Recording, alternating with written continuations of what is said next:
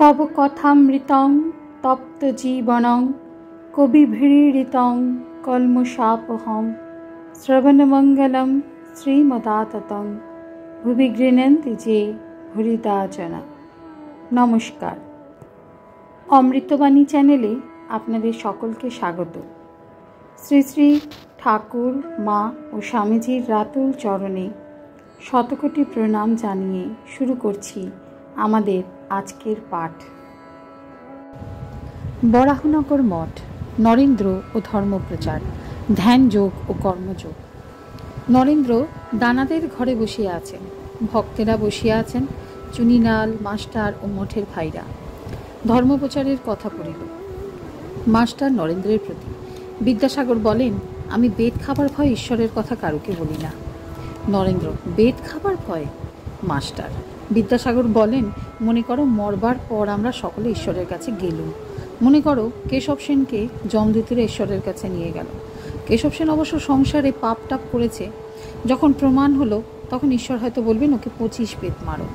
তারপর মনে করো আমাকে নিয়ে গেল।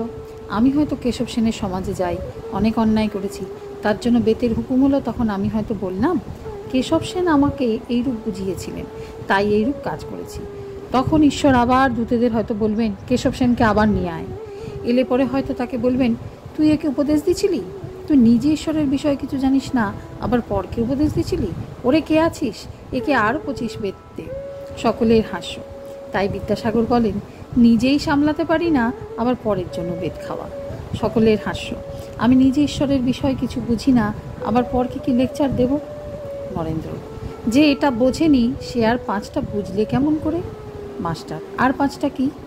নরেন্দ্র, যে এটা বোঝে নাই সে দয়া পরোপকার বুঝলে কেমন করে? স্কুল বুঝলে কেমন করে? স্কুল করে ছেলেদের বিদ্যে শেখাতে হবে, আর সংসারে প্রবেশ করে বিয়ে করে ছেলে মেয়ের বাপ হওয়াই ঠিক, এটাই বা বুঝলে কেমন করে? যে একটা ঠিক বোঝে সে বোঝে। মাস্টার স্বগত। ঠাকুর বলতেন বটে যে ঈশ্বরকে জেনেছে সে সব বোঝে। আর সংসার করা, স্কুল করা সম্বন্ধে বিদ্যাসাগরকে বলেছিলেন ওসব রজগুণে হয়। বিদ্যাসাগরের দয়া আছে বলে বলেছিলেন এই রজগুণের সত্য, এই রজগুণের দোষ নাই। খাওয়া দাওয়ার পর মঠের ভাইরা বিশ্রাম করিতেছেন। মণি ও চুনিলাল নৈবেদ্যের ঘরের পূর্ব দিকে যে অন্তর্মহলের সিঁড়ি আছে তাহার চাতালের উপর বসিয়া গল্প করিতেছেন। চুনিলাল বলিতেছেন, কি প্রকারে ঠাকুরের সহিত দক্ষিণেশ্বরে তাহার প্রথম দর্শন হইল। সংসার ভালো লাগে নাই বলিয়া তিনি একবার বাহিরে চলিয়া গিয়াছিলেন ও তীর্থে ভ্রমণ করিয়াছিলেন, সেই সকল গল্প করিতেছেন। কিয়ৎক্ষণ পরে নরেন্দ্র আসিয়া কাছে বসিলেন। যোগ বাশিষ্ঠের কথা হইতে লাগিল। নরেন্দ্র মণির প্রতি। আর বিদুরথের চণ্ডাল হওয়া? মণি, কি লবণের কথা বলছো? নরেন্দ্র, ও আপনি পড়েছেন? মণি, হ্যাঁ একটু পড়েছি। নরেন্দ্র, কি এখনকার বই পড়েছেন?